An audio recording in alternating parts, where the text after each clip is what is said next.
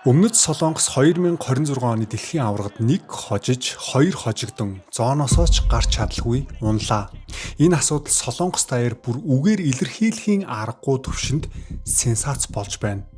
Солонгос улсад амьдарч байгаа монголчууд маань мэдж байгаа ах. Бүх мэдээг нь Солонгосын хожигдлын талаар ярьж байгаа. Яагаад?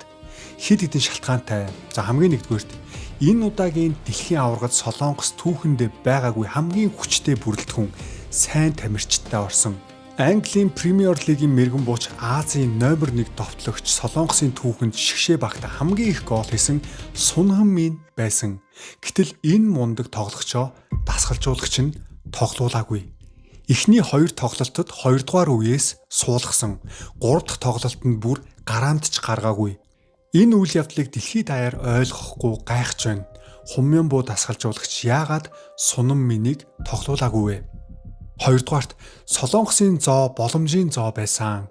Чех, Мексик, Өмнөд Африк багийн бүрэлдэхүүнийг харахад Солонгос дор хаяж 2-оор гараад ирэх хангалттай боломжтой байсан. Солонгосын ард түмэн өнөөдөр галзуурхад ганц хуруу дутуу байна. Зөвхөн хөл бөмбөгийн хөгжөөн дэмжигчид гэлтгүй улс даяараа бохимдож байна. Ард иргэдийн төвчээр нь барагдсан. Хуучин шигшээ багийн домгууд хүртэл дуугүй суулгүй бүгд үзэл бодлоо илэрхийлж Солонгосын хөл бөмбөгийн холбоо дасгалжуулагчаа шүүмжилж байна. Өнөөдрийн бичлэгээр зүгээр нэг хөл бөмбөгийн хожигдлын асуудлыг ярихгүй. За гаднаас нь хараад дүгнвэл Солонгос сайн бүрэлдэхүүнтэй зооноосоо гарч чадалгүй мултарчээ. Азгүй юм да гэд өнгөрч болно. Гэхдээ үүний цаана бүр маш олон асуудал нуугдаж байсан. Тэр асуудлыг би та бүхэндээ нэг-нэгэнгүй тайлбарлаж өгье. Биднэрт Солонгост болж байгаа асуудал ямар хамаатай юм гэж үгүй ээ. Өнөөдөр Монголд эннээс аимшигтай асуудлууд болсоор л байгаа. Гэхдээ бид нар мэддэггүй. Мэдсэн ч тоодоггүй. Арга хэмжээ авдаггүй. Нэгдэж чаддаггүй.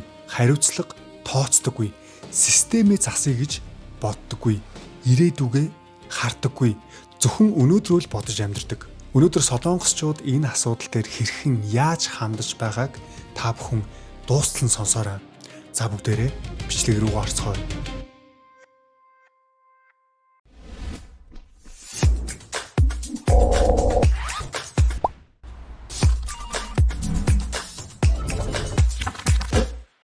За сайн байцгаана уу? Золбоо ТV-ийн та бүхэндээ энэ өдрийн мэндийг хүргэе. За тэгэхээр өнөөдөр бүгдээрээ маш чухал сэдвээр ярилцах гэж байна. Бүр үнэхээр анхаарал татсан гоё сэдв шүү. Та бүхэн бичлэгээ дуустал нь үзэх юм бол бүр маш олон зүйлийг ойлгох болно. За Солонгосын шигшээ баг зооноосоо гарч чадалгүй нэг хожил, хоёр хожигдолтой Солонгос руугаа буцаад ирсэн. Өнөөдөр өглөө үүрээр ирсэн. Яг үүрээр онгоцноосоо буугаад тамирчид нь дасгалжуулагчид нь онгоцны буудлаас гарч яваа бичлэгийг манай Монголын сайтууд тавьсан байсан. Тэгээ би монголчууд юу гэж бичсэн бол гэж сэтгэгдлүүдийг уншиж үзлээ л дээ.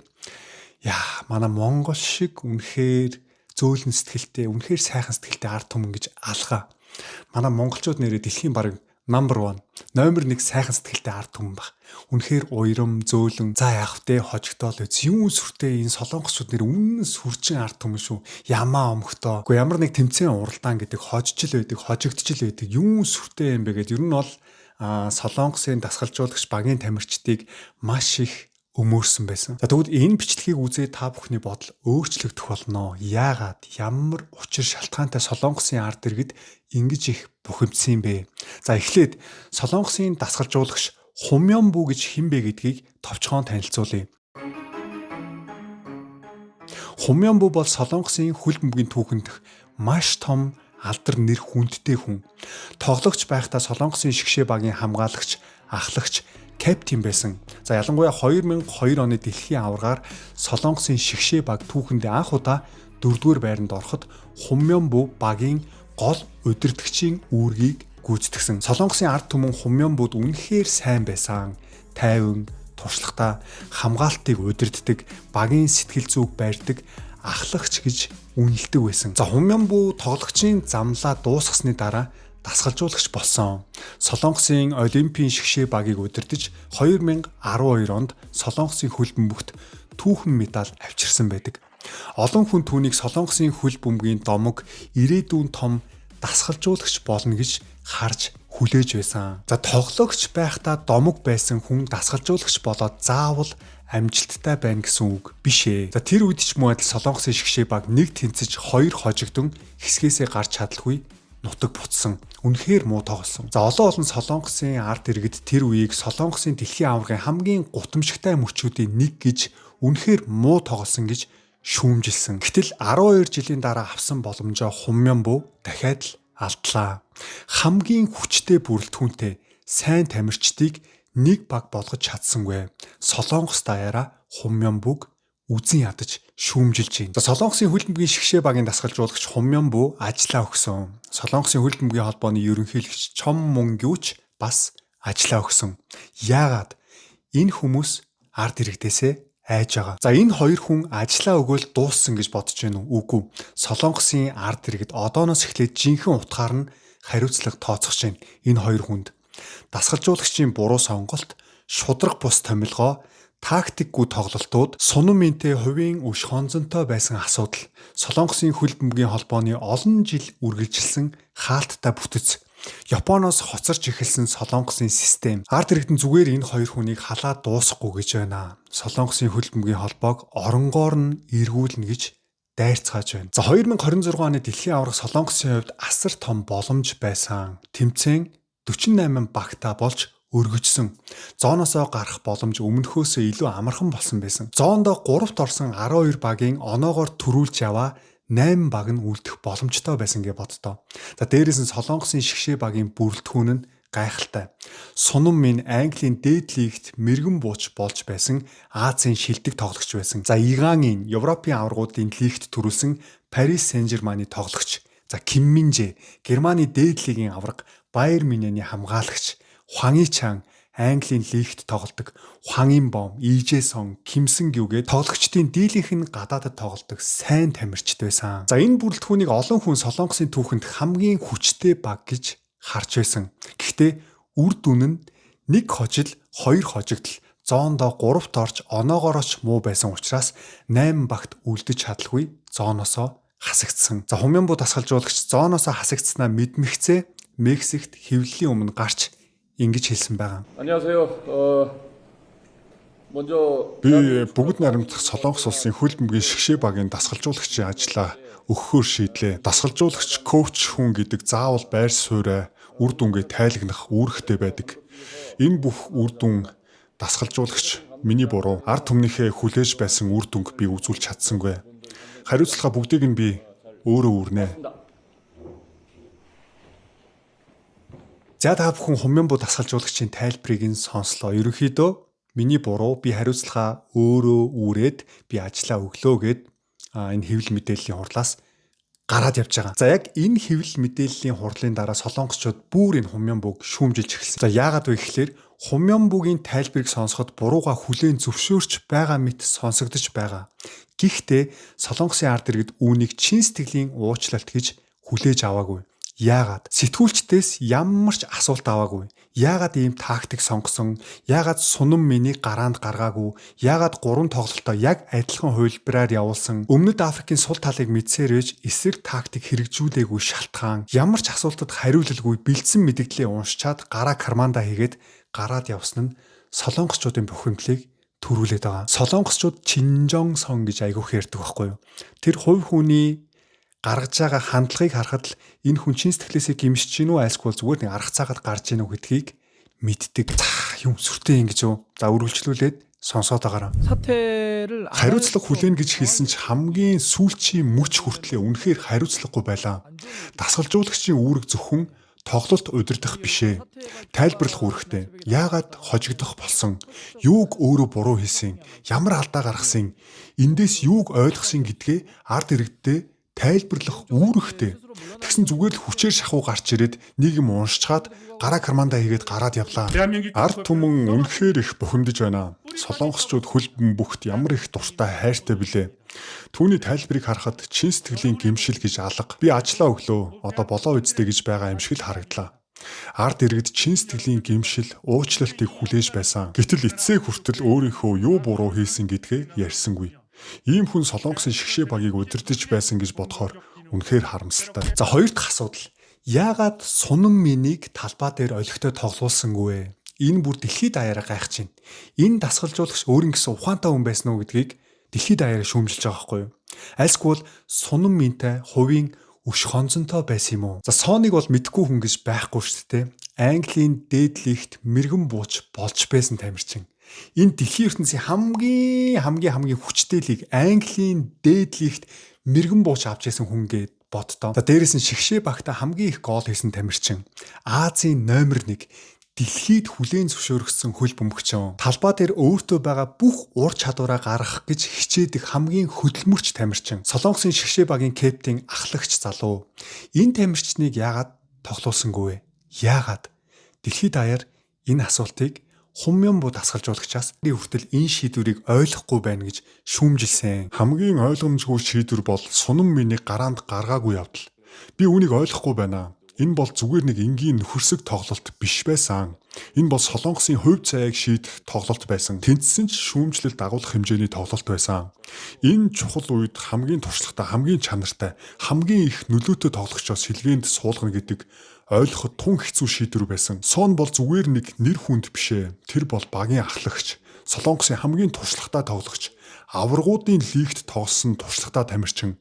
Ширүүн хамгаалалтад хэрхэн тоглохоо маш сайн мэдж байгаа. Бусад тоглогчдыг өөрийнхөө араас дагуулж чаддаг хөлбөмбөгчин. Ийм тоглолтод яг ийм тамирчин хэрэгтэй байдаг. Гэтэл Солонгос хамгийн хүнд мөчөд бусдыг удирдах чадах цорын ганц тоглогчоо өөрсдөө талбайгаас холдуулсан. Энэ бол Солонгосын хожигдсон хамгийн том шалтгаан. За Манчестер Юнайтед баг тоглож байсан Солонгосын домог Жисон Пак тэгвэл юу гэж шүүмжилсэн бэ? Сунан минь бол зөвхөн гол хийдэг тоглогч биш ээ. Тэр талбай дээр байхад эсрэг багийн хамгаалагчид түүнийг байнга анхаардаг. Тэр гүйхэд хамгаалагч дагна, тэр зай руу ороход арын шугам ухарна. Тэр бөмбөггүй хөдөлсөн ч бусад тоглогчдод орон зай гардаг. Тэгвэл ийм тоглогчийг гараанд гаргахгүй гэж шийдсэн бол дасгалжуулагч тэр орон зайг өөр аргаар бий болгох ёстой байсан. Гэтэл эхний үедээ юу ч харагдсангүй. За Солонгосын Шигшээ багийн тамирчин байсан хөл бөмбөгийн тайлбарлагч профессор Шинмүн Соны шүүмжлэлийг хамт сонсъё. Би сунан миний гараанд гаргаагүй энэ шийдвэрийг үнэхээр ойлгохгүй байна. Энэ бол жирийн нэг тактикийн сонголт биш ээ. Энэ бол багийн ахлагчийг хамгийн туршлагатай тоглогчийг том тайзан дээр хамгийн их шалгарсан хүнийг хэрэгтэй мөчөд талбайгаас холдуулсан шийдвэр байсан. Дэлхийн аваргын ийм чухал тоглолтод туршлагатай, дарамт дааж чаддаг, дэлхийн том тоглолтод олон удаа тоглосон, багийнхаа сэтгэл зүг удирдах чаддаг тамирчин хэрэгтэй. Солонгосын Шигшээ багт тэр хүн нь хэн байсан бэ? Сунан минь байсан. Гэтэл тэр тамирчин яагаад гараанд гаргасангүй вэ? Би үнийг тактикийн хувьд ч, сэтгэл зүйн хувьд ч, багийн удирдлагын хувьд ч буруу шийдвэр гэж харж байна. Сунан минь бол зүгээр нэг довтлогч биш ээ. Тэр бол багийн нүүр царай, ахлагч, залуу тоглогчдын түшиг тулгуур, эсрэг багийн хамгаалагчдын хамгийн их анхаардаг тоглогч, бөмбөггүй үедээ ч тоглолтод нөлөөлдөг тоглогч. Ийм тоглогчийг дэлхийн аваргын шийдвэрлэх тоглолтод сэлгээнд суулгана гэдэг нь юу гэсэн үг вэ? Залуу тоглогчид үүнийг яаж хүлээж авсан бол? Тэд талбайд гараад яг юу гэж бодсон бол? Манай багийн хамгийн хүчтэй тамирчин сэлгээнд байна. Бид нэр энэ тоглолтыг удирдах чадах болов? Хүнд мөчөд биднийг хэн дагуулах вэ гэсэн эргэлзээ төрж эхэлсэн гэдэг нь тодорхой. Дэлхийн аваргын тоглолтод эргэлзээ бол хамгийн аюултай зүйл. Тэр дундаа өмнөд Африкта хийсэн энэ тоглолт бол туршилт хийх тоглолт биш байсан. Энэ бол заавал үр дүн авах ёстой тоглолт байсан. Тэнцсэн ч дараагийн шатанд гарах боломжтой тоглолт. Манай улс өөрсдийнхөө хувь заяаг өөрсдөө шийдэх боломжтой тоглолт байсан. Ийм үед ахлагчаа сэлгээнд суулгана гэдэг үнэхээр ойлгомжгүй. Сунан минийг суулгасан мөртлөө түүнийг орлох ямар ч зураг харагдаагүй. Багийнхаа хамгийн хүчтэй зэвсгийг өөрийн гараар авч хайсан шийдвэр. Тэр зэвсгээ авч хайсан мөртлөө оронд нь өөр зэвсэг бэлтгээгүй. Сунан минь бол Солонгосын Шигшээ багийн ахлагч. Ахлагч гэдэг хүн зөвхөн тууз зүүдэх хүн биш ээ. Ахлагч гэдэг хүн талбай дээр багийн сэтгэл зүйг барьдаг хүн. Хүнд үед бусдыгаа тайвшруулдаг.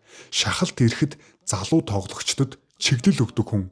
Өөрөө гүйж, өөрөө тэмцэж, бусдыг араасаа дагуулдаг хүн.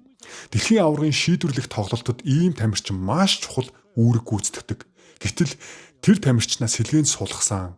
Хэрвээ би сунан минь байсан бол маш их доромжлуулсан мэдрэмж авах байсан. Яагад гэвэл сунан минь олон жилийн турш Солонгосын Шигшээ багийг үүрч ирсэн. Олон улсын том тайзан дээр Солонгосын нэрийг гаргаж ирсэн. Английн дээдлэгт Аз тоглогчийн түүхийг бичсэн. Шигшээ багийнхаа төлөө үргэлж биеэ золиосолж ирсэн.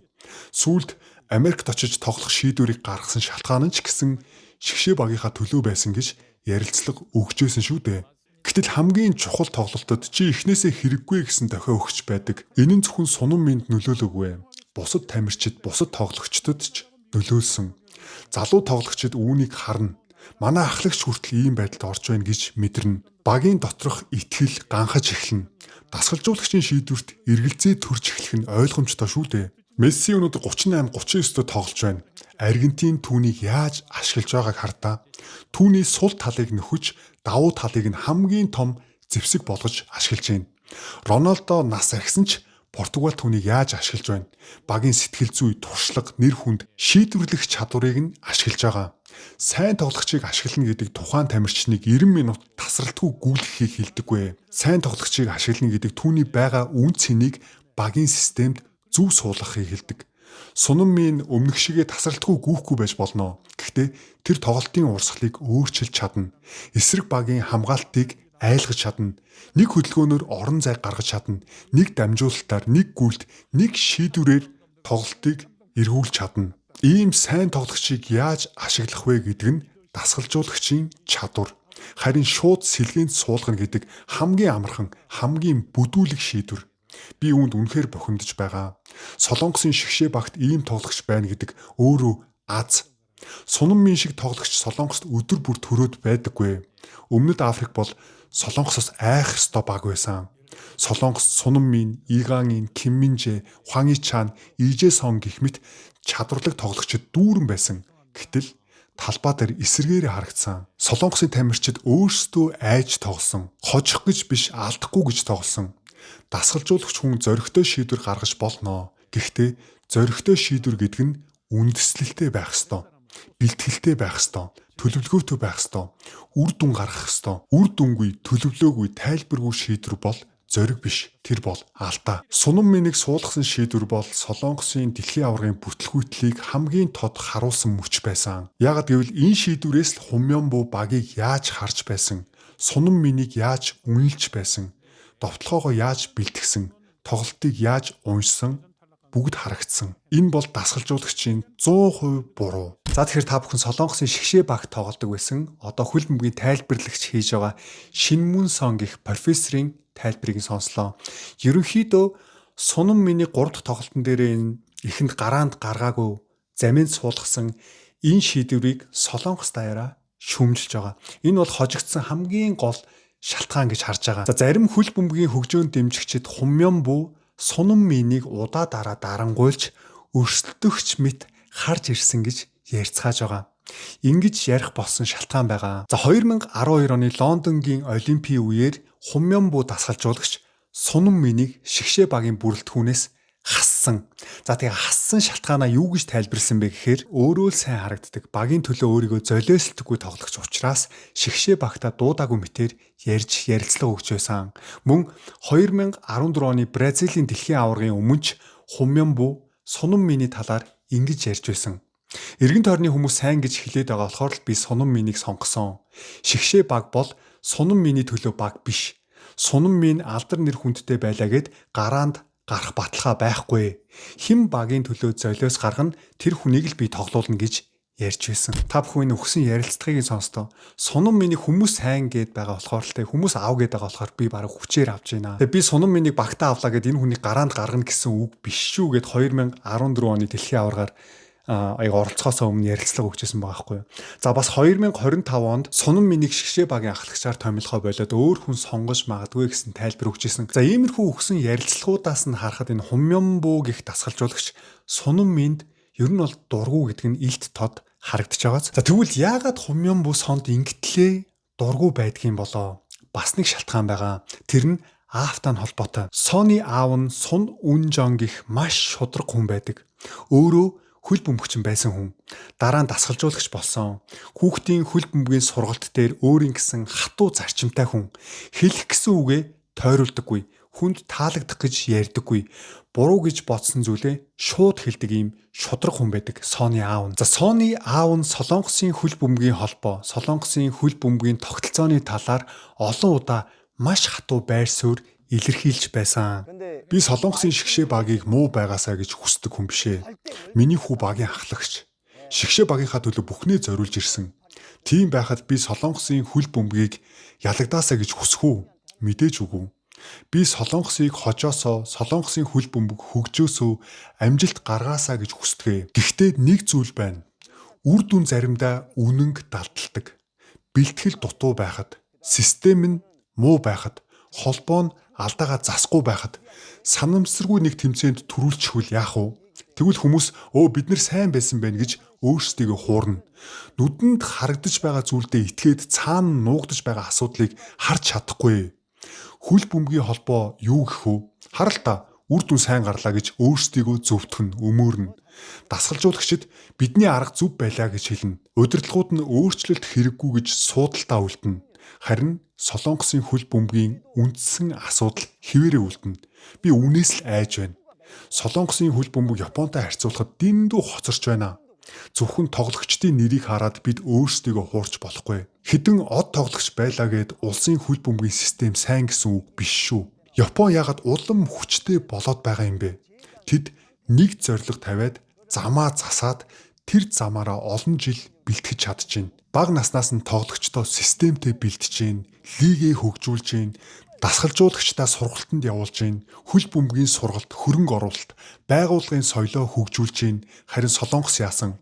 Од тоглогч гарч ирэхэд түүнд л итгэж найддаг. Нэг сайн үр дүн гарахад бүх асуудлаа мартдаг. Нэг тэмцээнд гайгүй амжилт гаргачихвал бид нар зүв явж байна гэд өөрсдийгөө тайвшруулж хуурдаг.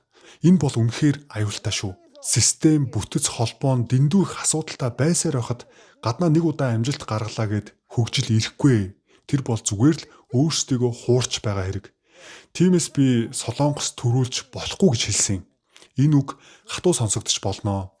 Хүүн багийн ахлагч байхад яагаад аав нь ингэж хэлсэн бол гэж хүмүүс гайхаж намайг шүүмжилж исэн.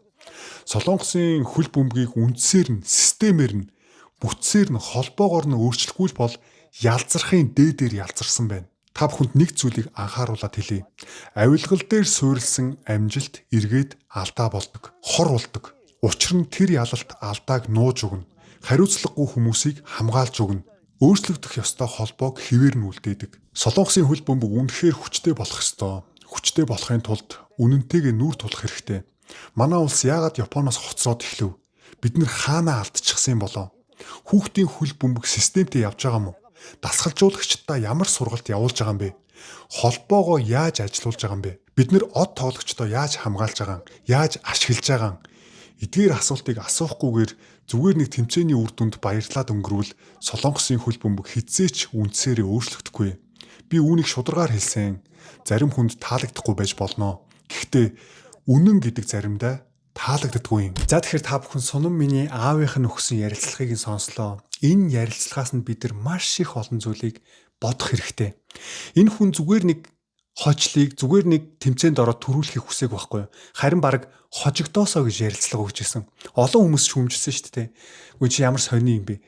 За хүүн бүхэлдэн шгшээ багийн капитан ахлагч нь болсон багт яагаад наав нь шгшээ баг баг амжилт гаргаад хэрэггүй хожигдсан дээр ингэж явж байхаар гэж хэлсэн шалтгаан байсан байхгүй. Зүгээр нэг бидний нүдэнд харагдаж байгаа зүйл биш. Энэ хөл бөмбөгийн холбоо нь аимшигтай ялзарсан байна гэдгийг харж байгаа учраас өнөөдрийн тоглолт, өнөөдрийн амжилт энэ хүний хувьд чухал биш байгаа байхгүй. Яагаад Солонгосын хөл бөмбөгчд, Солонгосын хөл бөмбөгийг дэмжигчид, Солонгосын ард иргэд тэгвэл ингэж их ууралж, бухимдаж, дасгалжуулагч байгаа хөл бөмбөгийн холбоогоо ингэж айхтар шүүмжлээд байгаа юм бэ? Олон нийтийн уур зөвхөн талбай дээрх үр дүнд чиглээгүй. Хумян буу дасгалжуулагчийг яагаад, ямар журмаар хэн томилсон юм бэ? Үүний ард маш том асуудал байсан. Хумян буу 2014 оны Бразилийн дэлхийн аваргад Солонгосын шгшээ багийг удирдах нэг тэнцээ хоёр хожигдолтойгоор зооноосоо мултарсан түүхтэй. Тэр үед ч хамгийн муу тоглосон дэлхийн аварга гэж шүүмжлэгдэж байсан. 12 жилийн дараа Солонгосын түүхэнд хамгийн хүчтэй бүрэлдэхүүнтэй үед ч хумян буу дасгалжуулагч дахин боломжийг авч байгаа байхгүй юу. Гэтэл дахиад ард иргэдийнхээ хүсэн хүлээдэг наадмыг нурааж орхисон. Дэлхийн аврагт шигшээ бага удирдах боломж аавна гэдэг Солонгос дасгалжуулагчдын хувьд амьдралд олдоод байдаггүй алтан боломж аа. Гэтэл Хумянбу 2 удаа шигшээ бага удирдах боломж авсан. Энэ бол үнэхээр онцгой боломж.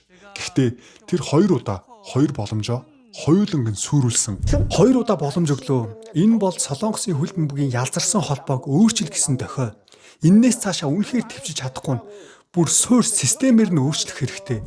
Бид нэр холбоогоо цэвэрлэх болжээ. Энэ чигээрээ явбал Солонгосын хөл бөмбөг Азийн сүүл хэсэгт орох нь цаг хугацааны л асуудал. Энэ холбоонд ажиллаж байгаа хүмүүсийг тэр чигээр нь солих цаг болсон байна. Хичээлээ огт бэлдээгүй сурагч эсэлтийн шалгалтанд орсонтой яг адилхан зүйл боллоо. Дэлхийн авраг бол азар хождог хожил бишээ. Дасгалжуулагч нь багаа сайн удирдах, тамирчид нь нэгдэж чадсан сэтгэл зүйн бэлтгэлтэй баг л амжилтанд хүрдэг. Бэлтгэлгүй орвол шууд л үр дүн нь гарна. Солонгос дэлхийн аврагаас өмнө хэд хэдэн нөхөрсөг тоглолт хийсэн. Австрид хожигдсон, Коста Рикад хожигдсон, Бразилд бут нэргүүлсэн. Тэр болгонд нэг л асуудал давтагдсан. 3 хамгаалагчтай хувилбар. 2 жигүүрийн ард талын хоосон зай. Иган энд хамаг найдвараа тавьсан. Сунан минд бөмбөг дамжуулах бодлого огт явуулаагүй. Дэлхийн хөл бөмбөгийн мэрэгчлэтнүүд төдийгүй.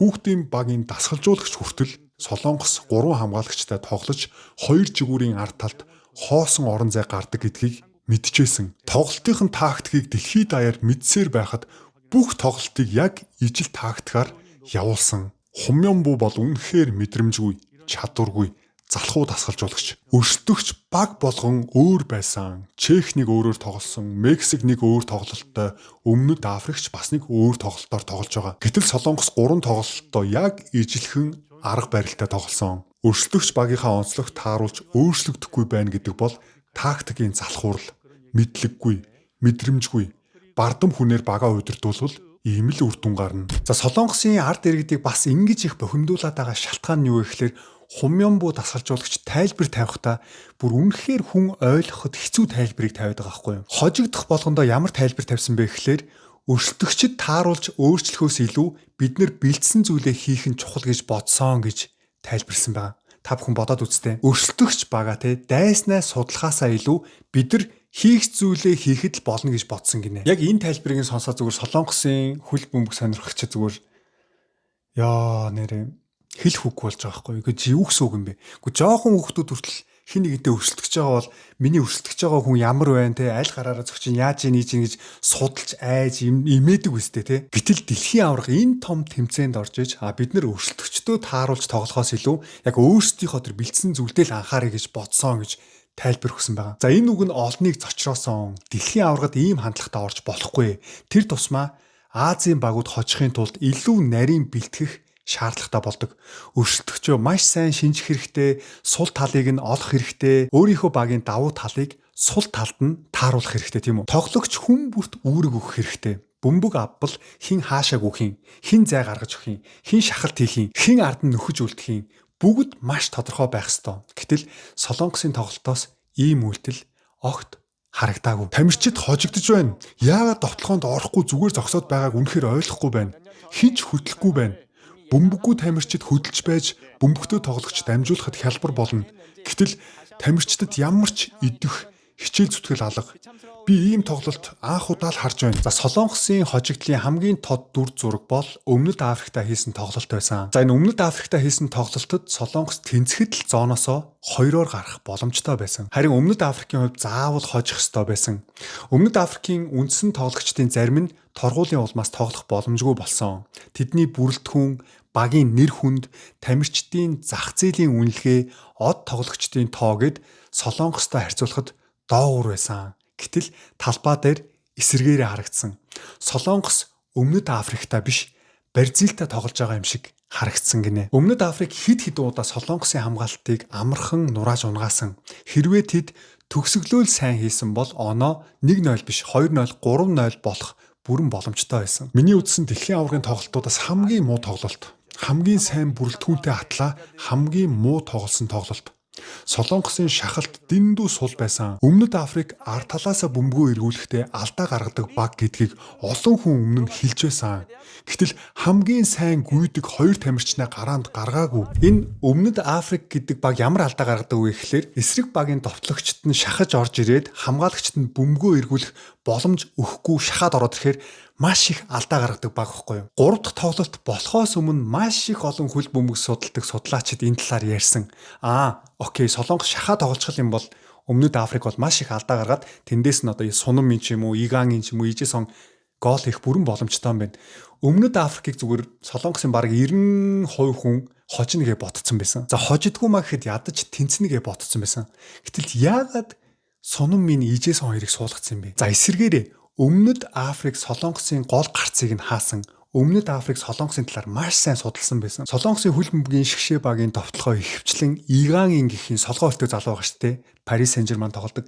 Энэ залуугаас эхэлдэг гэдгийг мэдэнгуутаа Өмнөд Африкийн дасгалжуулагч нь Иган энийг зүгээр нэг хүнийг очоод авчиж зоогоо хийчихэж байгаа байхгүй юу? Хөл бөмбөгт man to man гэж ярьдаг те. Нэг тамирчныг зүгээр л Иган энд өгчөж байгаа байхгүй юу? Энэ тамирчин дээр очоод наалд. Энэ тамирчныг өнөөдөр энэ тоглолтод битгий тоглуул. За тэгээд Игангийн бөмбөг авах бүрт 2-3 хүн шахаж орж ирж исэн. Эсэргээрээ Игангийн бөмбөг авч байхад Солонгосын тамирчид ерөөсө хөдлөхгүй гүйхгүй байхгүй юу? Юу хийхээ мэдэхгүй. Бүгдээр алхаа явж байгаа. За тэгээд эцэст нь яасан бэ гэхлээр Игангийн өөрөө бөмбөгөө чирээд хуурах гэж оролдоод өөрөө эргээд өөрөө гарц хайжгаад сүүл рүүгээ маш их бөмбөгөө алдаж эхэлсэн шүү дээ. Тэгээд энэ Өмнөд Африкийн дасгалжуулагч Солонгосыг хожсныхаа дараа юу гэж ярилцлаа өгсөн гэж. Солонгосын дасгалжуулагч яг миний бодсны дагуу тамирчтай гаргаж ирсэн, яг миний бодсны дагуу тоглосон. Надад Солонгосын багийг тэ судалж эсрэг тоглоход нь бол үнэхээр амархан байсан гэж ярилцлага өгсөн. Бүр ингэ солонгосчууд бүр орын нөрөж байгаа байхгүй юу? Игангийн бөмбөг авлаа, урд нь хөдөлж өгөх хүн байхгүй. Тэр дамжуулах гэж оролдоно, гэхдээ боломж өгөөгүй. Тэгээд сүүлдээ бөмбөгөө алдаж эхэлсэн. Энэ бол ганц Игангийн асуудал биш ээ. Энэ бол багийн амлалт, багийн тактикийн асуудал. Дасгалжуулагч муу бол тухайн баг нь ямар ч сайн тамирчтай байсан хожигдох нь тодорхой гэдгийг өнөөдөр бид энэ дэлхийн аваргаас харж болно. Манай баг хожигдож байхад яагаад ард ийм олон тоглогчид үлдээд байгааг огт ойлгохгүй байна. Довтлоонд орох хэрэгтэй. Бид нар хожигдвол зооноосоо гарч чадахгүй. Гэтэл тамирчид хожигдсоор байхад ардаа хамгаасаар л байна. Дасгалжуулагч ямар нэг арга хэмжээ авахгүй бол бидэнд тун бага хугацаа үлдсэн байна. Би энэ тоглолтыг тайлбарлахад үнэхээр хэцүү байсан. Хөл бөмбөгийн тоглолтыг тайлбарлахдаа бид ихэвчлэн тоглолтын урсгал, багийн зорилго, дасгалжуулагчийн санаа, тоглогчдын хөдөлгөөнөөс утга хайдаг. Гэхдээ Өмнөд Африкийн эсрэг энэ тоглолтод тэр утгыг олох маш хэцүү байсан. Эхнээсээ дуустал зөв болсон зүйл бараг нэгч харагдаагүй. Тоглогчид өөрсдөө ч талбай дээр яг юу хийхээ мэдэхгүй байгаа мэт харагдаж байсан.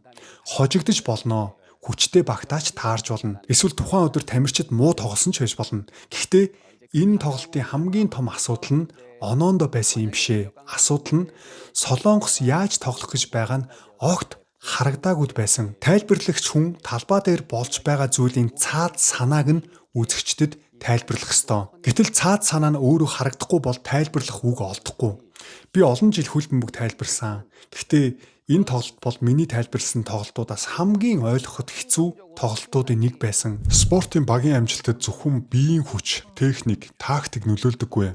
Тоглолтын өдөр хамгийн их нөлөөлдөг зүйл бол сэтгэл зүй. Тоглогчид дасгалжуулагчдаа итгэж байна уу? Талбай дээр юу хийхээ мэдэж байгаа юу? Бие биедээ туслахад бэлэн баг болж чадсан уу? Ахлагч нь багийнхаа төвд байна уу? Дасгалжуулагч нь шийдвэрээ зөв тайлбарлаж чадсан уу? Эдгээр асуултад Солонгосын баг алинд нь ч хариулт өгч чадаагүй. Дасгалжуулагч тоглогчдоогоо итгэлцэл үүсгэж чадахгүй бол дэлхийн хэмжээний тоглогчдыг цуглуулсан ч баг нь хожигдох нь тодорхой. За энэ 3 дахь тоглолтын дээр Сунамын сэлгээгээр орсон тийм үү? 2 дугаар үедээ. Тэг яг сэлгээгээр орж явах үедээ тэр Сунамын царай зүс, биеийн хувирал, тэр сэтгэл зүйн та бүхэн таамаглаж харж үзсэн үү? Сунамын сэлгээгээр ороход түүний нүүрний илэрхийлэл нь хүртэл олон хүний сэтгэлийг өвтгсөн. Зарим хүмүүс бүр юу гэж ярьсан бэ гэхээр энэ багийн дотор зөрчил байсан юм биш үү гэж эргэлзэж эхэлсэн. Хэрвээ баг дотор ямар нэг зөрчил байсан бол түүнийг засах ёстой хүн нь дасгалжуулагч. Хэрвээ тоглогчид хоорондоо маргалдсан бол тэр маргааныг зохицуулах ёстой хүн нь ч бас дасгалжуулагч. Хэрвээ баг нэгдэж чадаагүй бол тэр бүхнийг нэгтгэх үүрэгтэй хүн нь дасгалжуулагч. Энэ бол зөвхөн тоглогчдын асуудал биш ээ. Удирдлагын асуудал, дасгалжуулагчийн асуудал байсан байхгүй юу? Онгоцны буудлын дээр Солонгосын тамирчид дасгалжуулагч буухад тамирчдыг ерөөсө хараагаагүй. Хумьянбу нагаа, хумьянбу чамд асуудал байна. Хумьянбу чи хариуцлага үүр гэж шаардлага тавьж ирсэн. Солонгосын хөлбөмбөгийн шгшээ багийн дэлхийн аваргад оролцсон түүхээс харахад хамгийн муу тоглосон дэлхийн аварга бол 2014 оны дэлхийн аварга. Энэ удаагийн дэлхийн аварга. Энэ хоёрыг хоёуланг нь Хумьянбу удирдлаа. Хэрвээ анх удаа алдаа гаргасан бол хүмүүс арай өөрөөр харж болох байсан. Гэхдээ тэр өмнө нь бүтлгүүцсэн. Тэгээд дахиад боломж авсан. Тэгээд дахиад л бүтлгүүтлээ. За 2002 онд Солонгосыг дөрөвт оруулсан шгшээ багийн баатрууд өөрсдөө 2002 оны ахлагчаа шүүмжилж эхэлсэн нь Солонгосын хөл бөмбөгт маш том дохой болоод байгаа. 2002 онд энэ Хумьянбутай хамт дэлхийн аваргад ороод амжилт үзүүлжсэн багийнхан тамирчид, найзууд, дүүнер нь хүртэл одоо Хумьянбуг шүүмжилж эхэлж байгаа байхгүй юу? Олон мэрэгчлэн хөл бөмбөгчид Хумьянбу явлаа гэд асуудал дуусахгүй гэж хэлсэн. Яагаад гэвэл Хумьянбуг томилсон бүтэц өөрөө асуудалтай байсан. Би Джесси Марш зэрэг гадаадын олон нэр дэвшигчдтэй ярилцах үед тодорхой үнэлгээ, тайлбар, бичиг баримт, ярилцлага авч дүгнэлт гаргаж байсан. Миний бодлоор хамгийн тохиромжтой хүн бол Джесси Марш байсан. Тэр хэлэхдээ надад мөнгө чухал биш ээ. Би Солонгосын хөл бөмбөгийг амжилтанд хүргэмээр байна гэж хэлж байсан. Гэтэл намайг мдээгүй байхад Хумьянбуг шгшээ багийн дасгалжуулагчаар сонгочихсон байсан. Би үнэхээр ойлгоогүй. За энэ асуудлаас болоод Солонгосын хөл бөмбөгийн холбооны ерөнхийлөгч шгшээ багийн дасгалжуулагч Хумьянбу олон холбооны ажилчид улсын их хурлын сонсголд орж мэдүүлэг өгсөн, шалгагдаж эхэлсэн. Шалтгаан нь дасгалжуулагчийг сонгох сонголт хуулийн дагуу байсан уу? Яг зарчмын дагуу байсан юм уу? Яг холбоонд заасан заалтын дагуу сонгосон юм уу гэж улсын их хурлаас нь энэ хүмүүсийг дуудаж шалгаж эхэлсэн байхгүй юу? За тэгсэн юу болсон бэ гэхээр тухайн үед Солонгосын хөл бөмбөгийн холбооны техникийн ерөнхий захирал байсан Имсэн Хумьянбутай орой талхны газар уулзаад оройн 11 цагаас шөнийн 1 цаг хүртэл 3 цаг ярилцаад шгшээ багийн дасгалжуулагч болох шийдвэрийг гаргачихсан байгаа. За зүгээр амархан ойлгуулъя. Би ямарваа нэгэн сургуульд биеийн тамирын багшаар орох гэж гэж бодъё л доо. Би тэр сургуульд очиж хөл бөмбөг заах гэж гэж бодъё. Тэгвэл би тэр сургуулийн тэр дүрм журмын дагуу явах хэрэгтэй үстэй. Захиралтай нь уулзна, багш нартай нь уулзна, би яаж ямар байдлаар сургалтаа явуулах талаар бүх тэр сургуулийн захиргаа тэр намайг хүлээж авахдаа хүний нөөцөд юм уу тэр бүх хүмүүстэй нь уулзаж учирч өөрийнхөө тайланг танилцуулж хагаад дараа нь би тэнд ажилд орно үстэй. Тэгсэн бүхэл бүтэн Солонгос улсын хөл бөмбөгийн холбоо ийм үйлдэл гаргасан гэж боддоо. Зүгээр холбооных нь техникийн ерөнхий захирал нь энэ Имсэн гэдэг хүн Хумьянбудад талхны газар очиж уулзаад хоёулаа ярилцаал 3 цаг ярилцаал та дасгалжуулагч шийшээрээгээд энэ асуудлаа шийдсэн байгаа. Тэгээ нөө багч уу гайхаад үлдчихэж байгаа байхгүй юу? Багч уу бүр мдээгүй байжгаад бүр ингээд шоконд орж байгаа бичлэг нь хүртэл байгаа шүү дээ. 진짜로? 설마. За энэ асуудлаас болоод Солонгосын хөл бөмбөгийн холбооны техникийн ерөнхий захирал Имсэн ажлаасаа халагдсан. Яг энэ цаг мөчөөс эхлээд Солонгосын хөл бөмбөг сонирхогчид ард иргэдэнд бохиндож эхэлсэн байхгүй юу? Ийм шудраг бус байж болохгүй. Бүх зүйлийг хууль дүрм зарчмын дагуу явуулах ёстой. Холбооны ерөнхийлөгч Чонмунгю шгшээ багийн дасгалжуулагч Хумьянбу хоёрыг ч гэсэн ажлаас нь хал гэсэн шаардлагыг тавьсан боловч мань хоёр гүрийсээр агаад энэ дэлхийн аваргад оролцоод тэгээд ийм үр дүн гарч байгаа байхгүй юу? Пагмунсонгийн хөл бөмбөг тайлбарлагч залуу байдаг. Яг энэ улсын их хурлын сонсголын үеэр өөрийн биеэр очиод тэр булхаа гаргасан дасгалжуулагч хөл бөмбөгийн холбооныхоо ерөнхийлөгч бүх хүмүүс рүү нь харж агаад ингэж ярьж байсан. Би өнөөдөр энд ирэхдээ үнэхээр зориг гаргаж ирсэн. Би Солонгосын хөл бөмбөгийн салбарт 25 жил ажилласан хүн. Тоглолт тайлбарлаж, багуудыг харж, тоглогчдыг харж, Солонгосын хөл бөмбөг яаж явж байгааг дотроос нь харж ирсэн хүн. Тийм болохоор өнөөдөр энд зүгээр нэг уурлаж, бухимдлаа тайлах гэж ирсэнгүй. Та нарт нэг зүйлийг чин сэтгэлээсээ хэлмээр байна. Та нар өөр ертөнцид амьдарч байгаа хүмүүс юм байна. Ард иргэд юунд уурлаад байгааг, хөгжөөнд дэмжигчид яагаад бухимдаад байгааг, хөл бөмбөгт хайртай хүмүүс яагаад төвчээрээ алдаад байгааг та нар огт ойлгохгүй байна. Ойлгоё гэж бодохгүй байна. Холбооны ерөнхийлөгч Чонмунгю та баян айлын хүүхэд. Та амьдралдаа ямар нэг зүйлээр гачигдж, дутагдж үзээгүй хүн байж магадгүй. Тийм болохоор жирийн хүмүүсийн сэтгэлийг ойлгохгүй байгаа юм уу? Ард иргэд 4 жил хүлээдэг. Дэлхийн аварга гэдэг бол ард түмний хувьд зүгээр нэг тэмцээн биш. Өдөр бүр ажил хийж ядарсан хүмүүс амьдралынхаа стрессийг түр мартаад багийнхаа төлөө шөнө унтахгүй суудаг. Ялуул хамт баярладаг. Хожигдуул хамт уйлдаг. Ард иргэдийг нэгтгэж чаддаг ганц баяр наадам. Та нарын хувьд энэ зүгээр нэг албан тушаал байж магадгүй. Нэг хурал, нэг шийдвэр, нэг томилгоо байж магадгүй. Ард иргэдийн хувьд энэ бол итгэл. Тэр итгэлийг та нар эвдсэн. Хүмүүс Солонгосын баг хожигдсонд бухимдсан гэж бодож гин үү? Үгүй ээ. Хээл ахвал, авилгал, танил талаар хүрээлэгдсэн холбоонд бухимдаж ууралж байна. Шудраг бус үйлдэл хийсэн бол тэрийг хүлээн зөвшөөрөлтөө. Алдаа гаргасан бол уучлалт гуйл та. Та нар үнэхээр ард иргэдээс айхгүй байгаа мó? Ард иргэд юунд бухимдаад байгааг ойлгохгүй байна гэж үү? Энэ авилгалжсан системийг өөрчлөх болоогүй юм уу? Асуудал гарах болгонд ар хойгоор нь аргалаад өнгөрдөг. Ил тод тайлбарлахгүй. Хэн хариуцлага хүлээх нь тодорхойгүй. Шийдвэрийг нь хэн гаргасан нь ойлгомжгүй. Дараа нь бүгдээрээ бид нар буруугүйгээ зогсдог. Ийм байдлаар Солонгосын хөлбөмбөг яаж урагшлах юм бэ? Энэ чигээрээ явбал Солонгосын хөлбөмбөг улам хүчээ алдна. Тоглогчд байна. Авьяас байна. Гэхдээ холбоо нь ийм байвал яах юм бэ? Дээрээ шудраг бус байвал доороо яаж хөлөө олох юм бэ? Одоо бүх зүйлээ хуулийн дагуу явуул, зарчмын дагуу явуул, дүрмийн дагуу явуул, системтэй явуул. Бүгдийг ил тод явуулах. Дасгалжуулагч сонгох гэж байгаа бол шалгуураа эхлээд зарл. Хэн нэр дэвшиж байгааг тодорхой болго. Ямар үндслээр үнэлж байгаагаа хэл. Хэн хэдэн оноо авсан, яагаад тохироогүй гэж үзсэн, яагаад эцэст нь энэ хүнийг сонгосноо тайлбарлал. Ингэж ард иргэд та нарт итгэнэ. Солонгосын хөлбөмбөг та нарын хувийн өмч биш шүү. Солонгосын хөлбөмбөг бол ард түмнийх, тоглогчдынх, хөгжөөн дэмжигчдийнх, хөлбөмбөгт амьдралаа зориулсан хүмүүсийнх. Тиймээс холбооч гэсэн ард түмний өмнө тайлбар өгөх ёстой. Холбооны ерөнхийлөгч хариуцлага хүлээх ёстой. Дасгалжуулагч хариуцлага хүлээх ёстой. Процесс буруу явуулсан хүмүүс ч хариуцлага хүлээх ёстой. Хэрвээ энэ удаад ч ингэж тэгсгээд өнгөрвөл дараагийн удаа дахиад л ийм асуудал гарна. За та бүхэн Пагмун Сон хөлбөмбөг тайлбарлагчийн улсын их хурлын сонсголд ороод тэр холбоонд ажиллаж байгаа хүмүүсийнхаа нүд рүү харж агаад юу гэж ярьсныг сонслоо. Та бүхнийг нэг зүйлийг ч гэсэн эргцүүлж бодож байгаа байх гэж найдаа. Бид нар яг ийм л хүнээр дутаад байна. Бид нар яг л ийм үзэл бодолтой болох ёстой. За тэгээд тухайн үед энэ улсын их хурлын сонсгол болоод солонгосоор гури жарги гэж ярьдаг байхгүй юу?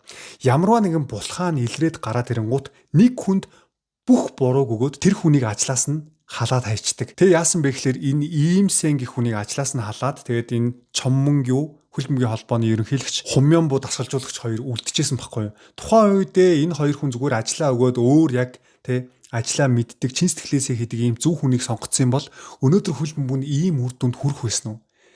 Тэгэхээр бид нар зүгээр энэ нүдэнд харагдаж байгаа юмыг ярьдаг болмооргүй байна. Бид нар цаана энэ үндсэн суурь, энэ систем, энэ тогтолцоог л нураахгүй бол бид нар энэ нүдэнд харагдаж байгаа юмд ингээл хууртаал яваад гаднаас нь харахад цэцэг нь гандаад байгаа юм шиг харагдаж болно. Гэхдээ үнэн дээр үндс нь ялзарчихсан байгаа. Ганц дасгалжуулагч, холбооны ерөнхийлөгчийн асуудал биш. Систем, бүтэц өөрөө олон жил хаалттай нэг бүлэг хүмүүсийн нөлөөнд ороод удаж байна штэ. Hyundai компани гэр бүл Солонгосын хөлбөмбөгийн холбоог 30 гаруй жил барьж ирлээ. Дээрцэн юм байгаа мó. 30 гаруй жил холбоог барьсан энэ бүтэц өөрийн хүмүүсийг бүх газарт байршуулсан байна. Сонгуулийн эрхтэй хүмүүс, мэрэгжлийн клубүүд, хот мужийн холбоо, шүүгчдийн хүрээ, дасгалжуулагчдын хүрээ бүгд дээд талын энэ заваан гинжин холбоонд орчихсон байгаа. Одоогийн сонгуулийн бүтцээ өөрчлөх хэрэгтэй. Шинжлэх хэрэгтэй. Хөлбөмбөгийн холбооны ерөнхийлөгчийг олон нийт шууд сонгодоггүй. Цөөн тооны сонгогч цугларч санал өгдөг. Энийг зүгээр л нэг биеийн таймрын заалны сонгуул гэж яриад байгаа. Биеийн таймрын зааланд хідэн таньдаг хүмүүс цугларч агаад л хөлбөмбөгийн ерөнхийлөгчөө сонгочихдог. Ийм системд мэдээж өмнө нь эрх мэдэлтэй байсан хүмүүс л ялах нь тодорхой. Ийм бүтэц хിവэрэ байвал алдаа дахин давтагцаар л байна. Хөлбөмбөгийн холбоонд бүртгэлтэй тамирчид, дасгалжуулагчид, шүүгчид, сонирхогчдын холбооны гишүүдгээд өргөн хүрээг хамарсан хүмүүсээр санал өгөх хэрэгтэй. Цахим санал хураалт ашиглавал богино хугацаанд шийдэж болох л асуудал. Ингэж байж цөөн хүний хаалттай тогтолцоог бид нар эвдэж чадна. Энэ бол зүгээр нэг спортын холбооны маргаан биш ээ. Энэ бол Солонгосын хөлбөмбөг хэний өмч вэ гэсэн асуулт. Солонгосын хөлбөмбөг бол ард түмнийх. Зарим авилгалд эдэгдсэн хөлбөмбөгийн хүмүүсийн хувийн байгууллага биш гэдгийг би хатуу анхааруулж хэлмээр байна. За Солонгосын хөлбөмбөгийн холбооны асуудал зөвхөн дасгалжуулагчийн томилгоо, сонгуулийн бүтцээр зогсоогүй. Иннээс илүү ноцтой нэг асуудал байсан. За тэр бол мөнгө. Чоммонгю анх Солонгосын хөлбөмбөгийн холбооны ерөнхийлөгч болох үед холбооны жилийн орлого ойролцоогоор 100 тэрбум вон байсан. За гэтэл олон жил өнгөрсөн боловч орлого нь өсөөгүй гинэ. Харин эсэргээрээ орлого нь буурсан байгаа. Сунам Минь, Иган Ин, Ким Минжэ дэлхийн том лигүүдэд тоглодог дэлхийд танигдсан Солонгосын тоглогчид гарч ирэх тусам ууг нь бол холбооны жилийн орлого нь нэмэгдэх ёстой байдаг. Телевизээр шууд дамжуулах эрхийн үн өсөх ёстой. Ивент итгэгчид зар сурталчилгааны байгууллагууд нэмэгдэж орж ирэх ёстой. Солонгосын шгшээ багийн тоглолтын пледийн үн өсөх ёстой. Гэтэл бодит байдал дээр эсэргээрээ буурсан. Энэ олон жил холбоо яг юу хийсэн юм бэ? Тоглогчдын хөлс, дасгалжуулагчдын хөдөлмөр, хөгжөөн дэмжигчдийн дэмжлэг, ард түмний татвар, хөл бөмбөгийн нэр хүн дээр бий болсон мөнгө. Гэтэл энэ мөнгө нь хаашаа алга болоод байгаа юм бэ? Хэн энэ мөнгийг аваад яаж зарцуулаад байгаа юм бэ? Яагаад холбооны орлого бодит үн цэнтэйгээ адил өсөхгүй байгаа юм бэ? Үүнийг шалгах ёстой гэсэн шаардлагыг Солонгосын ард иргэд тавиад өнөөдөр онгоцны буудлын дээр үүрээр 4-5 цагт очоод тэр ард иргэдэнд тэгж орилж чарлаад байгаа. Ийм ард иргэд байгаа учраас одоо жишээлбэл энэ Хумьянбу, Чонмонгийн одоо энэ холбоонд байгаа хүмүүс айж чичирч эхэлж байгаа шүү дээ. Ийм ард талын асуудлыг харахгүй өнөөдөр Монгол те зүгээр нэг тэр сошиал дээр явж байгаа бичлэгийг хараад солонгосчуудаа сүртэй ард юм бла бла бла монголчуудаа бид нар дээр ямарваа нэгэн алдаа гарсан бол ямарваа нэгэн буруу зүйлийг олж харсан бол тэрийг яг энэ солонгосчууд шиг ухаж тэр асуудлыг бүр үндсээр нь харж чаддаг ийм ухаан, ухамсар, мэдлэг, боловсрал юмыг наантаа олон өнцгөөс харж чаддаг ийм мэдлэг боловсралтай хүмүүс болмоор байгаа хгүй юу. Цаг нь илүүдээ гарсандаа үүрээр 4-5 цагт босоод онгоцны буудлын дээр инчон дээр очиод орилж чарлаад байгаа юм биш байхгүй юу да. Энэ бүгдийн ард ийм зүйлүүд байгаа болохоор энэ тогтолцоог нураахын тулд Солонгосын ирээдүй үр хүүхдүүд хойч үедээ ямар ирээдүй үлдээх вэ гэдэг дээр шаналаад зовоод энэ тогтолцоог өөрчлөх ёстой байна гэж тэр онгоцны буудлын дээр очиж байгаа байхгүй юу. Би энэ асуудлыг зүгээр нэг дасгалжуулагчийн асуудал гэж харахгүй байна. Хумьянбу огцорлоо. Чонмонгюч яваад өглөө. Ингээд бүх зүйл дуусах уу? Үгүй ээ. Хэрвээ Солонгосын хөл бөмбөгийн холбоог үнэхээр өөрчлөх гэж байгаа бол хамгийн түрүүнд мөнгийг нь шалгах ёстой. Холбооны мөнгө хаанаас орж ирж байгаа, хаашаа гарч байгаа, хэн ямар шалтгаанаар мөнгө авч байгаа, ямар шийдвэрээр, ямар үндслэлээр тэр мөнгийг өгч байгаа. Энэ бүгд ил болох ёстой. Яагад гэвэл Солонгосын хөл бөмбөгийн холбоо бол Чонмонгюгийн хувийн компани биш, Hyundai компани хувийн байгуулагч биш. Энэ бол Солонгосын хөл бөмбөгийн мөнгө.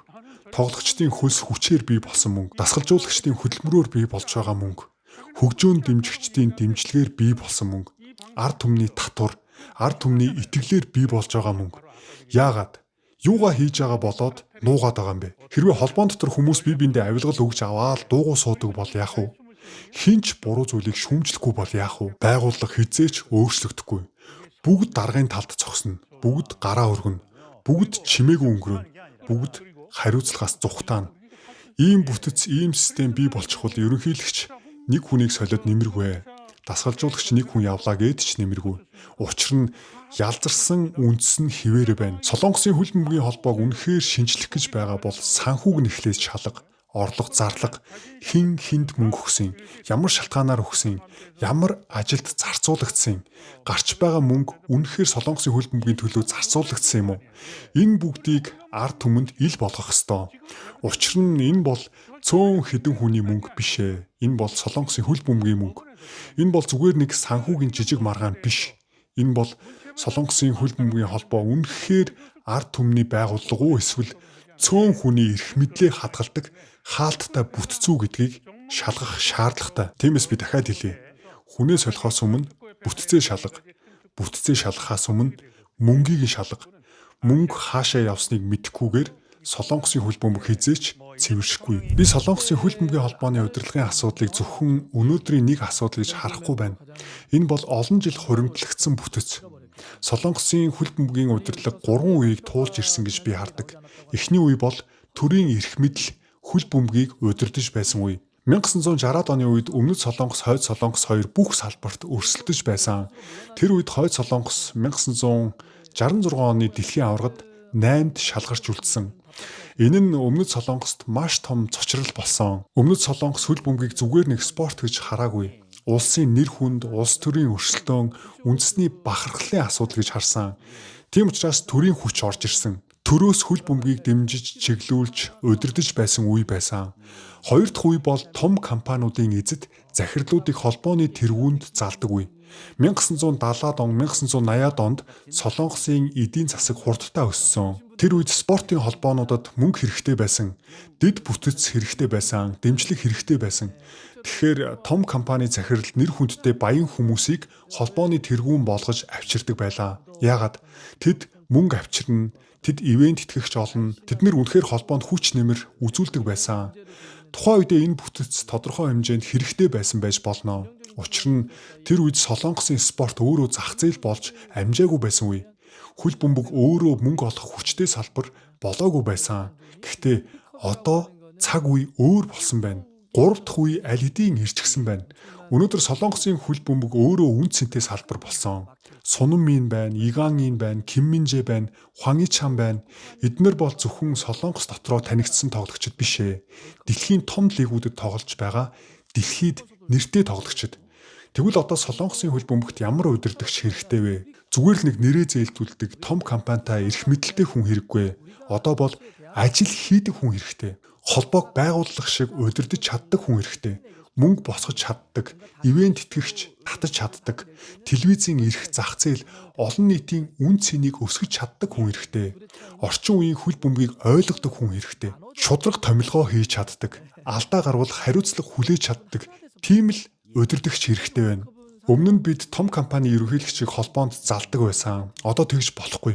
Одоо холбоо өөрөө мэрэгжлийн байгууллага шиг ажиллах ёстой. Тэгэхээр мэдээж холбооны тэргүүн мэрэгжлийн удирдагч байх ёстой. Би нэг зүйлийг тодорхой хэлмээр байна. Би цалин авахгүй ажиллаж байна гэдэг нь гавьяа биш.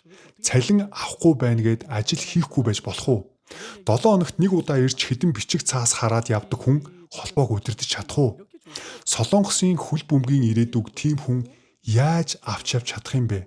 Харин ч шаардлагатай бол өндөр цалинг нь үг. Гэхдээ тэр хүн цалин авсан хэмжээнээсээ хэд дахин илүү үн цэнийг бий болгох ёстой. За жишээ нь жилийн 500 сая воны цалин авдаг бол 5 тэрбум воны үн цэнийг Солонгосын хөл бөмбөгт авчирч явах хэрэгтэй. 1 тэрбум воны цалин өгсөн бол 10 тэрбум воны зах зээлийг нээж чаддаг хүн байвал тийм хүнийг л бид нэр ажилуулах хэрэгтэй. Одоо Солонгосын хөл бөмбөгт ийм удирдагч хэрэгтэй байна. Нэр хүн дээрээ суудаг хүн биш. Зүгээр л нэг албан тушаал дээр залардаг хүн биш. Хөл бөмбөгийн мөнгө, бүтэц, ирээдүй боддоор өсгдөг хүн хэрэгтэй. Япон яагаад урагшилсан бэ? Япон урт хугацааны төлөвлөгөөтэй явсан. Лигээ хөгжүүлсэн, клубүүдээ хөгжүүлсэн, телевизийн эрхээ өсгсөн, залуучуудын системээ хөгжүүлсэн. Ямар хөл бөмбөг тоглох вэ гэдгээ маш тодорхойлж чадсан. Тэд хөл бөмбөгийг мэрэгжлийн салбар гэж харсан. Харин Солонгос одоо хүртэл хуучин хэв маягаасаа салж чадахгүй байна. Том хүн авчирна, нэр хүн дээр нь суулгана, хариуцлагын алдаа гарахад хинч хариуцахгүй, тайлбарлахгүй. Дараа нь дахиад л өөр нэг хүнийг суулгана. Ингэж явбал Солонгосын хөл бөмбөг өөрчлөгдөхгүй. Солонгосын хөл бөмбөгт нэр хүндтэй дарга хэрэггүй. Солонгосын хөл бөмбөгт ажил хийдэг удирдагч хэрэгтэй. Хариуцлага хүлээдэг удирдагч хэрэгтэй. Мөнгө босгодог удирдагч хэрэгтэй. Ирээдүгээ харж чаддаг удирдагч хэрэгтэй байна. Тэгж байж Солонгосын хөл бөмбөг Япон шиг урт хугацааны замтай болно. Тэгж байж Сунан Мин, Иган Ин, Ким Минжэ шиг тоглогчдын үн цэнийг холбоо зөв ашиглаж чадна. Тэгж байж Солонгосын хөл бөмбөг дахиж нэг хүний албан тушаал, нэг гэр бүлийн нөлөө, нэг хаалттай хүрээний эрх ашигт баригдахгүй болно. За та бүхэн дэлхийн аваргыг бүгдээрээ үзээд явж байгаах. Солонгос, Япон хоёрын хөл бөмбөгийн төвшин бүр үнэхээр ялгаатай болцсон байгааз хөл бөмбөг мэддэг сонирхдаг хүмүүс нь бол шууд хараад мэдэрч байгаах. Япон Бразилтай тоглосон шүү дээ. 2-1-ээр хожигдсон. Бараг л Бразилийг хожих шанс байсан. Бразил Солонгос хоёр тоглоход ялаа 4-0 лөө 5-1-ээр хожигдсон шүү дээ. Тэгэхээр Япон яагаад Солонгосыг төрүүлээд эхлэвэ? Шалтгаангүй гардаг үр дүн гэж байхгүй. Япон гинт сайн болсон юм биш. Япон 30-40 жилийн төлөвлөгөө гаргасан. Япон 1990-ад оноос хөл бөмбөгийн урт хугацааны төлөвлөгөө гаргасан. Хөл бөмбөгт янз бүрийн тактик гэж байгаа шүү дээ. Хамгаалдаг баг байна, довтолдог баг байна, тэ хамгаалт довтлогоогоо хоёулангийн сайн хийдэг баг байна. Альсгүй бол тэ нэг хүнийг яг урдаа тавьж байгаа тэр хүнд найддаг баг байна. Янз бүрийн тактик байгаа. Япон яаж тоглохоо 30 жилийн өмнө аль хэдийн тодорхойлцсон гэсэн. Тэгвэл энэ хөл бөмбөгт тохирох тоглогчдыг багаас нь бэлтгэж эхлэн тийм үү? Системээ тавьж эхлэх нь шүү дээ. 30 жилийн дараа яаж тоглохоо мэдсэн юм чинь 30 жилийн дараа яаж тоглох тамирчтай системтэй бэлдэж эхлэнэ үстэй. За энэ тамирчдыг багаас нь бэлтгэхийн тулд тэр чиглэлд тохирох дасгалжуулагчдыг бас сонгож тэр дасгалжуулагчдыг бас бэлдсэн байгаа. За тэгээд лигээ хөгжүүлнэ, бага насны системээ барина, клуб, холбоо, шгшээ багийн чиглэл бүгд нэг системээр орчиж байгаа байхгүй юу? Нэг зүйлийг харсан бүгдийг нь ингээд нэг систем рүү гоё чиглүүлээд өгч байгаа. Япон хаашаа явах замаа мэдсэн байсан. Харин Солонгос нэг чиглэлээс нөгөө чиглэл рүү байнга савлж явсан. Авьяастай тоглогчтой байж болно. Гэхдээ зам байхгүй бол авьяасаа хаана гарах юм бэ? Од тоглогчтой байж болно. Гэхдээ систем нь байхгүй бол тэр од тоглогчд чинь хоорондоо тоглож ойлголцож чадахгүй шүү дээ. Япон нэг зорилготой 30 жил явсан. Солонгос хүнээс хүн рүү, дасгалжуулагчаас дасгалжуулагч руу төр зуурын шийдвэрээс төр зуурын шийдвэр рүү явсан. Тиймээс өнөөдрийн үр дүн ганц тоглолтын ялагдал биш ээ. Энэ бол 10-20 жилийн бодлогын ялгаа талбай дээр илэрсэн мөч. За Хумянбуг шгшээ багийн дасгалжуулагчаар томилогдох үед өөр нэг хүнийг сонгох гээд ярьцгааж байсан. Тэр хүн бол Джесси Марш. Тухайн үед олон хүн Джесси Маршийг Солонгосын шгшээд яг тохирох дасгалжуулагч гэж харж байсан. За энэ Джесси Марш гэх дасгалжуулагчийн хөл бөмбөгийн хэв маяг маш тодорхой. Хурдтай тоглоно, урдаас хүчтэй шахна, бөмбөг алдсан даруйда буцааж авах гэж оролдоно. Өрсөлдөгчд амрах хугацаа өгөхгүй. Тоглогчдын хөдөлгөөн, зай ашиглалт, багийн шахалт маш тодорхой байдаг. Солонгост энэ хэв маяг тохирох тоглогчд байсан. Сунам минь хурдтай, урдаас шахалт хийж чаддаг, хамгаалагчдын арын зайруу гүйж чаддаг, Иган ин байна, бөмбөг барьж дамжуулт гаргаж чаддаг, довтлооны хэмнэлийг өөрчилж чаддаг. За Ким Мин Жэ өндөр шугамд хамгаалж чаддаг, арын зайг нөхөж чаддаг, хүч хурдаараа довтлогчдыг үнэхээр сайн хамгаалж чаддаг. За Хван И Чан хурд, биеийн хүч, шахалт, гүйлт, тесрэлт маш сайн. Солонгосын бүрэлдэхүүн Джесси Маршийн тоглолтын хэв маягт яг тохирч исэн байхгүй юу. Тэгээ нөө Пакчуу гээд холбооны ажилтан энэ Джесси Марштай онлайнаар ярилцаад бүх юмыг аваа те тохиролцоод байжсэн чинь аль хэдийн Хумянбуг сонгоцсон. Нүүд мөр гайхаад Шинжаруу.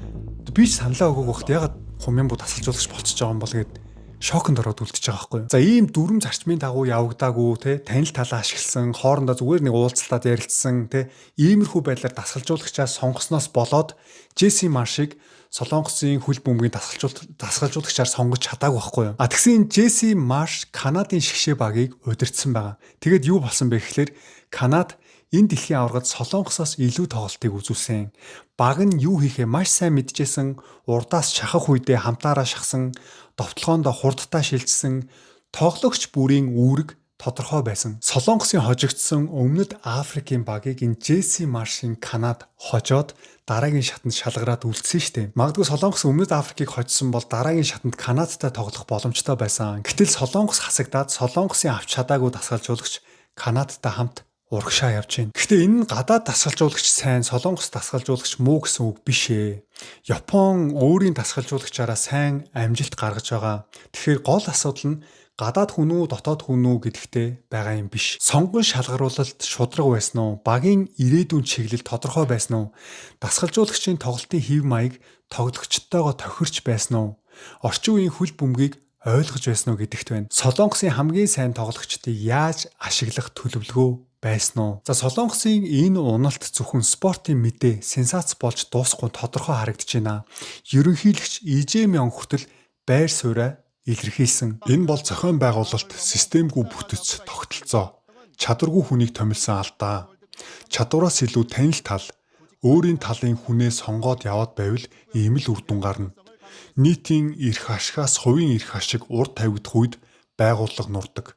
Хөл бөмбөгийн холбоонд төрийн дэмжлэг, ард түмний татварын мөнгө орж байгаа учраас холбогдох яам энэ асуудлын шалтгааныг шалгаж дахин давтагдахгүй байх тал дээр хатуу арга хэмжээ авах ёстой. За Солонгосын шгшээ багийн албан ёсны хөгжөөнд дэмжигчид болох Пүлгэн Агма гэж ярьдаг тийм улаанч төрүүд хүртэл хатуу байр суурь илэрхийлсэн.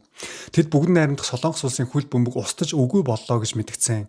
Мөн Хумянбуг хөл бөмбөгийн ертөнцөөс бүр мөсөн явах ёстой гэсэн хатуу шаардлага тавьж байгаа. Солонгосын хөгжөөнд дэмжигчид багтаага хамт уйлж, хамт баярлаж ирсэн хүмүүс. Тэд ялагдлыг мэднэ. Ялагдаж болно гэдгийг ч ойлгоно. Гэхдээ бухимдаж байгаа шалтгаан нь юу вэ гэхээр талбай дээр тэмцлийг хараагүй. Нэг багийг хараагүй. Шудраг сонголтыг хараагүй. Хариуцлага чин сэтгэлээсээ хүлээж буй удирдагчийг хараагүй. Гудамжинд Хумянбу орохыг хориглоно гэсэн бичгтээ дэлгүүр автобус хоолны газар хүртэл гарсаар л байна. Хумянбу нагаа гэж маш олон ард иргэдэнд шүүмжилж байна. За одоо бүгдээрээ хамгийн чухал хэсэг рүү орж байгаа шүү. Яагаад зарим хүн бүх зүйлийг өөрөө удирдах, өөрөө шийдэж хийчихэд алдаа гарангуут бурууга хүлээн зөвшөөрөхгүй, би буруугүй, би чадлаараа хийсэн, нөхцөл байдал ийм байсан гэж тайлбарладаг юм болоо. Ийм сэтгэл зүйтэй хүн удирдахч болвол хамгийн аюултай. Яагаад вэ гэвэл иймэрхүү төрлийн хүмүүс алдаагаа хардаггүй. Алдаагаа харахгүй хүн алдаагаа засахгүй штэ. Алдаагаа засдаггүй хүн дахин яг тэр алдаагаа давтаж гаргана. Харин тэр гаргасан алдааныхын төлөөсийг өөрөө биш доор нь байгаа хүмүүс төлдөг. Доор нь байгаа хүмүүс үнэхээр хэцүү болдог. Ийм хүмүүсийн нэг онцлог нь өнгөрсөн үйл явдлыг өөртөө ашигтайгаар дахин зохиодог. Багийн дасгалжуулагч тамирчид тоглолт хийснийхаа дараа хэвлэл мэдээллийн хурал хийгээд ярилцлага өгдөг тийм үү. Хумянбуу дасгалжуулагч хэвлэл мэдээллийн хурал хийх болгондоо өөрийгөө өмөрдөг. Өөртөө огт буруу өгдөг. Бэлтгэл муу байсан, тактик буруу байсан, тоглогчдоо буруу ашигласан, өрсөлдөгчөө хангалттай судлаагүй гэсэн иймэрхүү тайлбарыг өгöd байгаа байхгүй юу? Иймэрхүү хумянбуу шиг төрлийн хүмүүс алдаагаа хизээч ойлгодоггүй. Би бол бэлдсэн, би бол хичээсэн, тоглогчид хэрэгжүүлж чадсангүй, цаг агаар хүнд байсан, талбай нөхцөл муу байсан, азан таарсангүй, өрсөлдөгч сайн байлаа. Ингэж өөрийн алдааг жижиг болгож гадны хүчин зүйлийг томруулж эхэлдэг. Өөрөөр хэлбэл хариуцлагыг өөрөөсөө зайлуулж бусад руу шилжүүлдэг. Энэ бол удирдагч хүнд маш аюултай шинж. Удирдагч хүн хамгийн түрүүнд миний шийдвэр хаана буруу байв гэж өөрөөсөө асуух ёстой. Гэтэл ийм хүмүүс би сайн байсан. Хэн алдаа гаргасан бэ гэж бусдаас алдааг хайж эхэлдэг. Багийнхаа тамирчинд хүртэл атаархдаг. Багийнхаа тамирчинд хүртэл өс сонзон сандаг. Тэгээ хизээч өөрийнхөө буруу хүлээн зөвшөөрдөггүй. Дандаа бусдаас алдааг хайдаг. Одоо энэ ард дэрэгд нь өөрлөөн дайраад ингэ давшилж байгааг өөрөө ч ойлгохгүй байгаа. Үдир чи ямар шалчгансан далчгансан хүмүүс вэ? Тэгэл хожигдоол үзгээд бурууга хүлээхгүй байгаа нь тэр ярилцлаганаас нь л тодорхой харагдаж шүү дээ. Уучлаарай би ажиллаа өглөө гэд гараа хермандагийн гараа явуулдаг ч басна. За энэ удаагийн дэлхийн аврах Солонгосын хувьд дууссан. Гэхдээ энэ унал зүгээр нэг муу дүн биш. Энэ бол анхааруулах дохио. Хамгийн сайн бүрэлдэхүүнтэй байлаа гэд амжилт ирдэггүй.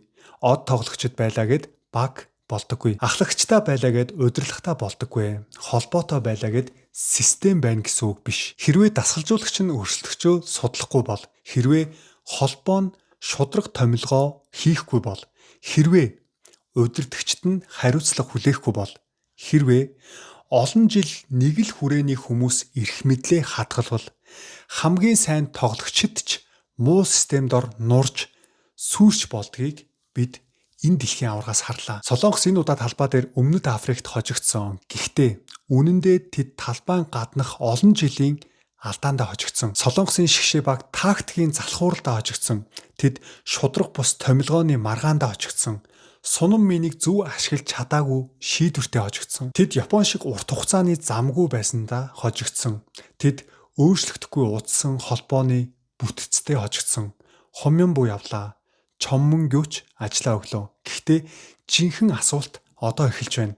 Солонгосын хөл бөмбөг үнэхээр өөрчлөгдөх үү эсвэл нүүр царайн солигдоод үндэс нь хэвээрээ үлдэх үү? Хөгжөөн дэмжигчид, хуучин тоглогчид, тайлбарлагчид, улс төрчид бүгд нэг зүйлийг шаардаж байна.